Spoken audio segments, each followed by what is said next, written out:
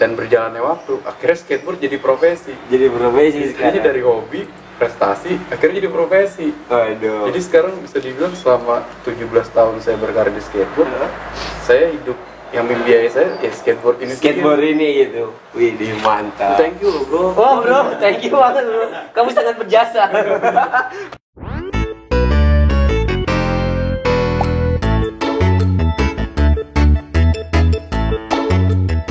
Oke, come back with me again. Ya, kembali dengan saya si Penul Hamdan di channel YouTube-nya Kepoin ID. Pastinya.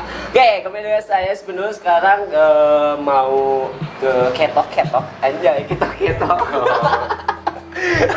Ketok show maksudnya itu. Ya, sekarang saya sedang berada di berkunjung.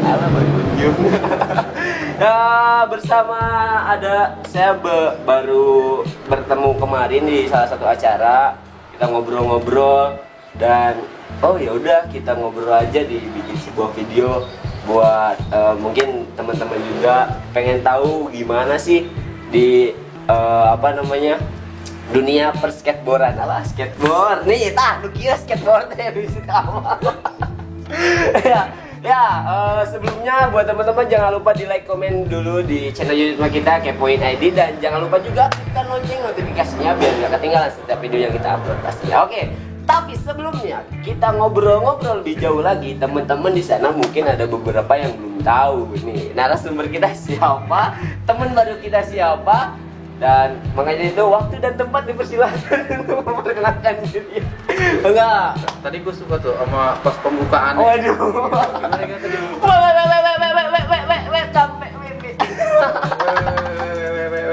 Comeback ini. Nah, aduh, mantap. Keren. Oh iya. Ya, kenalan dulu dong. Halo, gue Al Ghazali. Waduh. Ya, halo, gue Satria Fiji. Gue salah satu profesional skateboard di Indonesia. Waduh, mantap nih. Profesional nih yang ngajarin siapa? Ya, nggak tahu. Oh, di penonton sana kurang. Rame.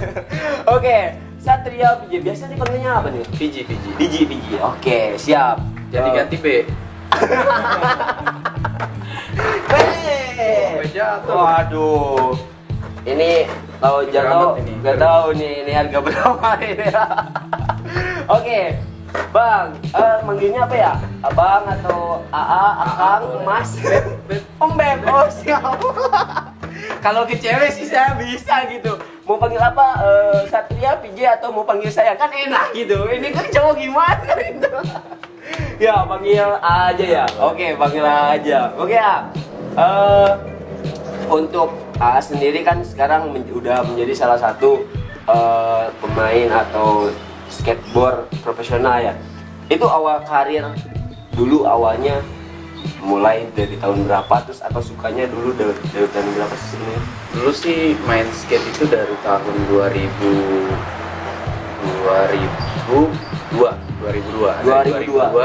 kenal skate, terus awal kenal skate dari video games. Kamu udah lahir belum tuh? 2002 udah lahir, alhamdulillah. Kan lu ada games tuh. Di handphone. Bukan di Oh, di mana? Di rental. Oh, di rental. Aku kan lagi rame rental tuh. Nah, game skateboard di situ. Terus ngeliat, wah ini keren nih kalau bisa main benerannya. Akhirnya dari situ tertarik. Coba cari, waktu itu kan masih zaman Facebook baru mulai, kayak gitulah friends. Pokoknya masih semua baru mulai lah ya. Akhirnya nyari, ada di dekat rumah di Cengkareng. Akhirnya datang ke komunitas itu, coba main di sana sih. Coba belajar di situ. Itu dulu 2002 berarti kisaran umur berapa waktu itu? Itu 14-15 tahun. SMP berarti lah. Iya. Sekitar SMP ya. Di situ baru mulai tertarik tuh. Iya. Mulai menseriuskan banget itu dari kapan? Mulai serius sebenarnya sih 2006 berarti udah keluar SMA atau masih SMA dulu? 2006 udah keluar. Udah keluar dari SMA.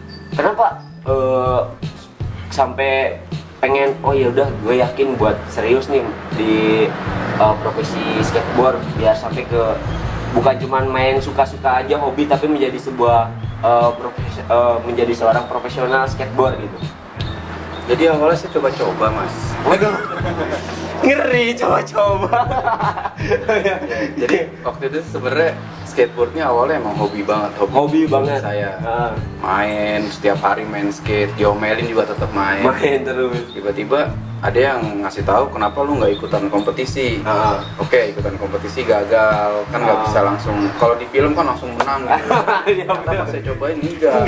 Saya pikir kayak di film gitu kan. Terus dari kegagalan itu masih tetap pengen coba lagi gitu. Akhirnya ikut kompetisi, menang pertandingan. Mulai senang lihat piala pertama, piala kedua. Akhirnya dari tadinya hobi jadi prestasi tuh. Nah saya terusin, jadi mulai serius tuh. Pas dapet piala kayak dapet duit ya, hadiah segala macam. Saya terusin, tiba-tiba skateboard membawa saya lebih jauh lagi.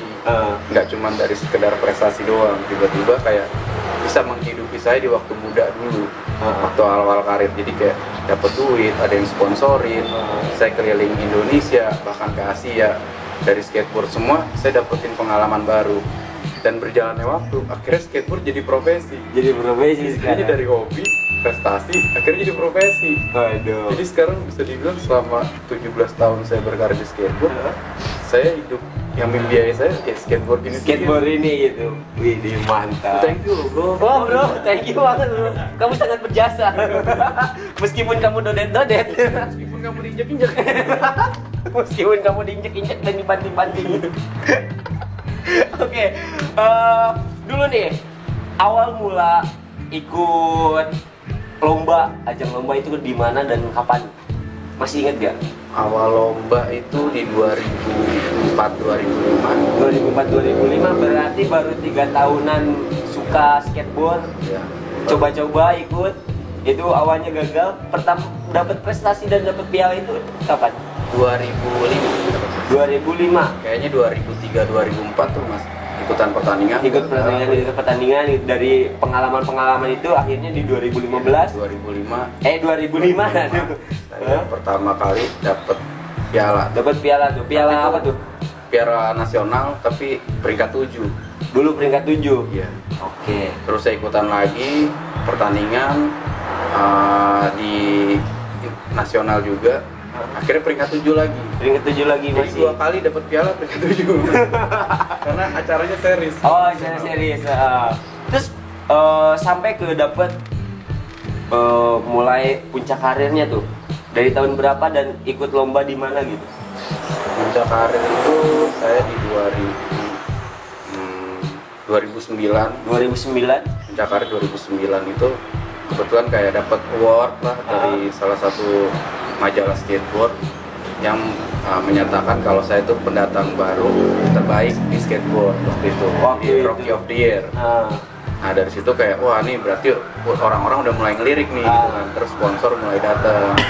Terus akhirnya kompetisinya yang tadinya cuma skalanya masih yang kecil udah mulai naik juga. Dan terakhir itu paling yang nggak bisa saya lupain waktu saya pertandingan di Cina. Di Cina? Gimana tuh di Cina tuh? Itu karena pertandingannya namanya Fish World. Jadi kayak lumayan semi internasional, kayak pertandingan dunia kan Fish World. Nah di situ kebetulan saya dapat peringkat 3. Peringkat 3 di Cina dengan orang-orang yang lebih banyak dan lebih luas lagi. Karena pesertanya itu kan ada yang dari South Africa, Prancis, yang kayak gitu dia campur semua. Campur semua. Itu untuk meningkatkan internasional nih, gimana caranya biar bisa juara, biar bisa dapat prestasi di Cina nih. Untuk yang memotivasi sendiri pas ikut di situ gimana? Waktu itu saya ke dukun sih. Ke dukun, waduh, udah ngomongin sini ke dukun. Kan kadang-kadang kalau di daerah kayak dukun langsung nih, dapat nih. Udah buat apa tuh latihan tiap hari, ujung-ujungnya ke dukun. Tiba-tiba lompat langsung jadi. Lompat jadi. Itu gimana tuh? Sebenarnya sih waktu itu sih saya sempat pertandingan yang ke Cina ini bukan pertandingan yang pertama, ikut pertandingan internasional. Jadi pertama kali saya ikutan, saya peringkat 4, nggak naik podium. Terus waktu itu emang ambisinya terlalu tinggi, gua harus menang gitu terlalu. Akhirnya mainnya berantakan. Pas yang di kemarin yang peringkat 3 itu, justru saya main nggak mikirin untuk menang. Gue pengen tampil aja, gue pengen buktiin kalau Indonesia juga bisa ngelawan mereka gitu. Ternyata malah dapet Justru kalau ketika udah gue tampil, yang penting gue mau mewakilin Indonesia juga ada gitu. Ternyata hasil ya. Soalnya kadang-kadang orang kebanyakan tuh cuman ambisius doang, tapi nggak optimis. Jadi dia, gua harus mau nih, gua mau, tapi dia nggak optimis. Akhirnya gagal. Gagal, ujungnya berantakan mainnya. Oke. Itu udah ngomongin prestasi sampai ke Cina. Paling jauh kemana dulu ikutan lomba-lomba kayak gitu? Saya paling jauh sejauh ini ya Asia. Masih Asia. Ya pokoknya lumayan lah, kalau di Asia udah lumayan. Tapi tahun ini emang rencana mau ke Eropa sih. Tahun ini ke Eropa. Mau ke Berlin. Wih, tahu gak Berlin? Tahu, di sana dekat Ciamis. Di sana mau kompetisi atau mau ada acara apa gitu? Nah itu sih kayak sih mau explore aja di sana. Sekalian main sama anak sana. Kalau ada kompetisi juga mau ikutan di sana.